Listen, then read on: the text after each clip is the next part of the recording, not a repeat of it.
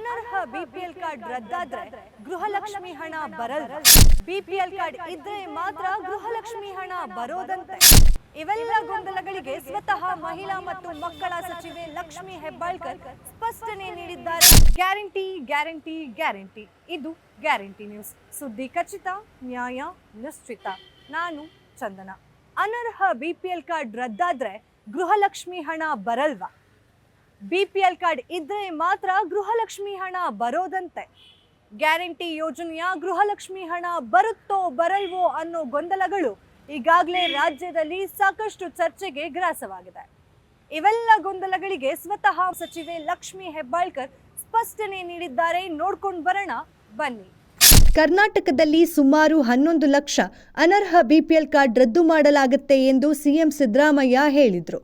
ಇದಾದ ಬಳಿಕ ರಾಜ್ಯದಲ್ಲಿ ಅನರ್ಹ ಬಿಪಿಎಲ್ ಕಾರ್ಡ್ ರದ್ದು ವಿಷಯ ಸಾಕಷ್ಟು ಚರ್ಚೆಗೆ ಗ್ರಾಸವಾಗಿತ್ತು.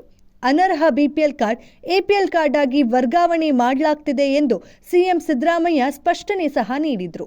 ಸದ್ಯ ಈಗ ಗ್ಯಾರಂಟಿ ಯೋಜನೆಯ ಗೃಹಲಕ್ಷ್ಮಿ ಹಣ ಬರುತ್ತೋ ಬರಲ್ವೋ ಎಂಬ ಗೊಂದಲ ಮಹಿಳೆಯರಲ್ಲಿ ಸೃಷ್ಟಿಯಾಗಿದೆ. ಇದಕ್ಕೆ ಸಚಿವೆ ಲಕ್ಷ್ಮಿ ಹೆಬ್ಬಾಳ್ಕರ್ ಸ್ಪಷ್ಟನೆ ನೀಡಿದ್ದಾರೆ. ಬುಧವಾರ ಬೆಳಗಾವಿಯಲ್ಲಿ ಮಾತನಾಡಿದ ಸಚಿವೆ, ಗೃಹಲಕ್ಷ್ಮಿ ವಿಚಾರವಾಗಿ ನಾನು ಸ್ಪಷ್ಟವಾಗಿ ಪ್ರತಿಕ್ರಿಯೆ ನೀಡಿದ್ದೇನೆ. ಎಪಿಎಲ್ ಮತ್ತು ಬಿಪಿಎಲ್ ಕಾರ್ಡ್ ಹೊಂದಿರುವವರ ಪೈಕಿ ಯಾರು ತೆರಿಗೆ ಮತ್ತು ಜಿಎಸ್ಟಿ ಕಟ್ಟುವುದಿಲ್ಲವೋ ಅಂಥವರಿಗೆ ಗೃಹಲಕ್ಷ್ಮಿ ಹಣ ಬರುತ್ತೆ. 80,000 ಬಿಪಿಎಲ್ ಕಾರ್ಡ್ಗಳನ್ನು ರದ್ದತಿ ಮಾಡೋ ಬದಲು ಎಪಿಎಲ್ ಆಗಿ ವರ್ಗಾವಣೆ ಮಾಡಿದ್ದಾರೆ. ವರ್ಗಾವಣೆ ಮಾಡಿರೋದ್ರಿಂದ ಯಾವುದೇ ಗೊಂದಲ ಇಲ್ಲ ಎಂದು ಹೇಳಿದ್ದಾರೆ. ಆದಾಯ ತೆರಿಗೆ ಪಾವತಿ ಮಾಡುವ ವ್ಯಕ್ತಿಗಳಾಗಿರಬಾರದು. ಆದಾಯ ತೆರಿಗೆ ಪಾವತಿ ಮಾಡುತ್ತಿರುವವರಿಗೆ ಗೃಹಲಕ್ಷ್ಮಿ ಹಣ ಸಿಗೋದಿಲ್ಲ ಎಂದು ಲಕ್ಷ್ಮಿ ಹೆಬ್ಬಾಳ್ಕರ್ ಅವರು ಬುಧವಾರ ತಿಳಿಸಿದ್ದಾರೆ.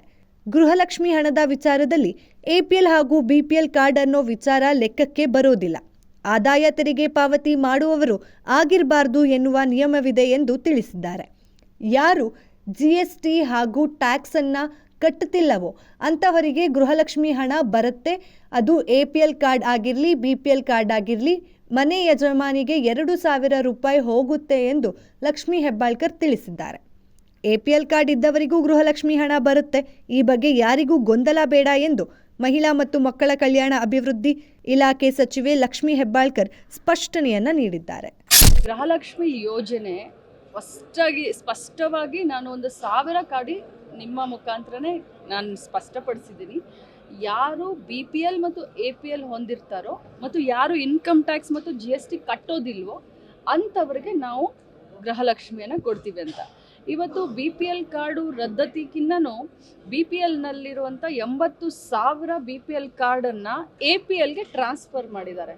ಸೊ ಟ್ರಾನ್ಸ್ಫರ್ ಮಾಡಿರೋದ್ರಿಂದ ಯಾವುದೇ ಗೊಂದಲ ಇಲ್ಲ, ಯಾರೂ ಭಯಪಡುವಂಥ ಪ್ರಮೇಯನೇ ಇಲ್ಲ. ಯಾಕಂದರೆ Gruhalakshmi A P L plus B P L ಇಬ್ಬರಿಗೂ ಬರುತ್ತೆ. ಅವ್ರು ಬಿ ಪಿ ಎಲ್ ಇದ್ರೂ ಅವ್ರಿಗೆ ಬರುತ್ತೆ 80,000 ಜನರಿಗೆ.